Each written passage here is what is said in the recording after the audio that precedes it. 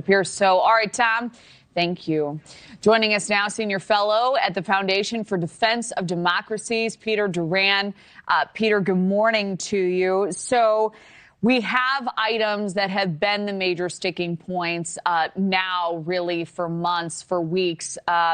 It's those security guarantees and the land. The president held a press conference with Zelenskyy after yesterday's meeting. How much progress did you interpret was made there? Well, thanks, Kelly. You know, I think this is going to come down to one big question, and that is, what's more important, actions or words? We have seen President Volodymyr Zelenskyy really rise to the occasion. I think he was the big winner out of yesterday's negotiations with President Trump because he showed how to manage high-stakes diplomacy with the president, and he has brought forward a real peace plan, something that can work.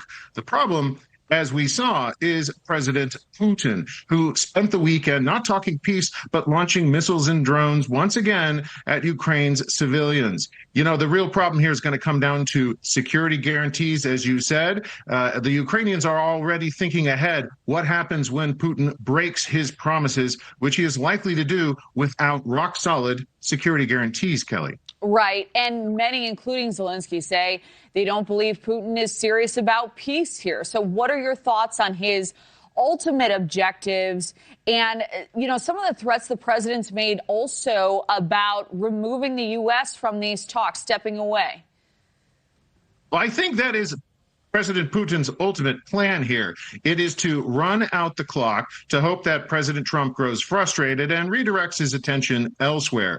Right now, Putin believes, wrongly so, but he believes that he can continue to grind out this war and eventually the Ukrainians will have to capitulate. Whether or not he can gain more through the negotiations or on the battlefield, well, that's just for him to decide. That's the problem here. He has already rejected every single peace plan that President Trump has hammered out over this last year. He wants to frame Zelenskyy as the obstacle to peace, but truly it is Vladimir Putin who is the problem here.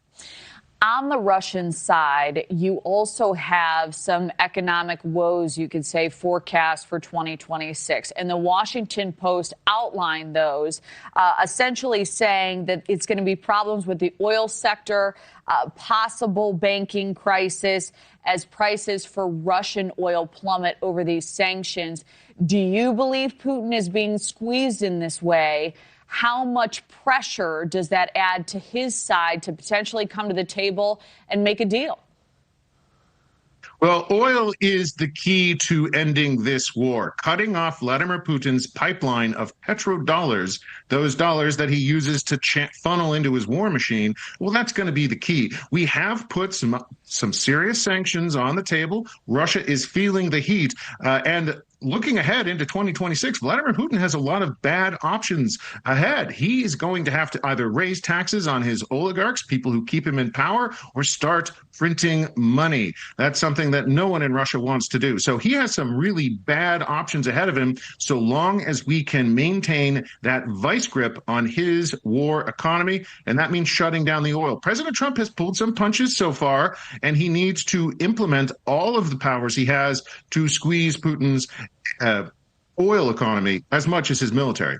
Yeah, so many saying this is likely the way to get a deal done here. Peter Doran, great to have you this morning. Peter, thank you. And Happy New Year, Kelly. Happy New Year.